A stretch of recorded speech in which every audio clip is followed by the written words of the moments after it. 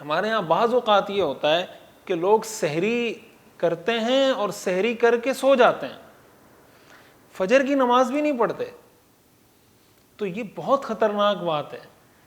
کہ بھائی انسان رمضان میں روزہ رکھ رہا ہے، سحری اس نے کر لی اور نماز کے وقت میں جاگا ہوا ہے. سحری رمضان کے مہینے میں تو مساجد میں اذان کے 5-10 منٹ بعد جماعت کھڑی ہو جاتی ہے اسی مقصد کے لیے تاکہ لوگوں کو تاخیر نہ ہو.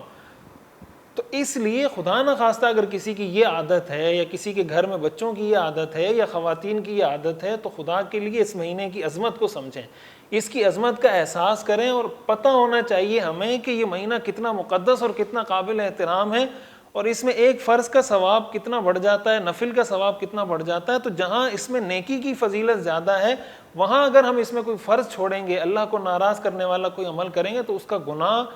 وہ بھی بہت بڑھ جائے گا. اس لیے اگر خدا نہ خواستہ کسی کی ایسی عادت ہے اس سے بھی اپنی جان چھڑائیں. اور اپنے لیے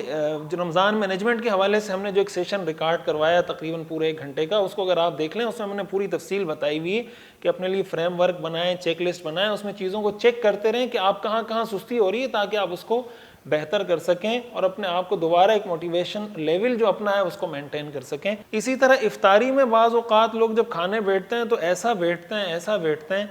کہ پھر مغرب کی جماعت بھی ان کی نکل جاتی ہے. اور بعض اوقات تو یہ ہوتا ہے کہ مغرب کی جماعت کیا بس افطاری کی اور آ کے لیٹ گئے، بھائی ابھی جسم میں دم ہی نہیں ہے، بس پڑے میں نماز ہی گئی. یہ بہت خطرناک بات ہے کہ رمضان کے مہینے میں سارا دن اتنی تکلیف میں گزارا، سارا دن بھوکے پیاسے رہ کر اللہ کو راضی کرنے کے لیے، اور ابھی 10 منٹ میں 6-7 منٹ میں آپ 5 رکعت نماز، 3 فرض اور 2 سنت مؤکدہ ادا نہیں کر پا رہے. تو افطاری کی جو بھی سیٹنگ ہو گھر میں ایسی، آپ کو پتہ ہے کہ مساجد میں افطاری کی کم از کم 10 منٹ بعد جماعت کھڑی ہوتی ہے، بعض مساجد میں 12 منٹ کا وقفہ ہوتا ہے. تو آپ 10 منٹ میں آرام سے افطاری میں اتنا کچھ کھا سکتے ہیں کہ آپ نماز کے لیے چلے جائیں. اگر آپ نے کھانا ہے یا مزید کچھ آپ نے کھانا ہے تو آپ اس کی سیٹنگ ارینجمنٹ ایسی کریں کہ افطاری سے پہلے یعنی نماز سے پہلے آپ ضروری کھا لیں، کھجور کھا لیں، کچھ 1-2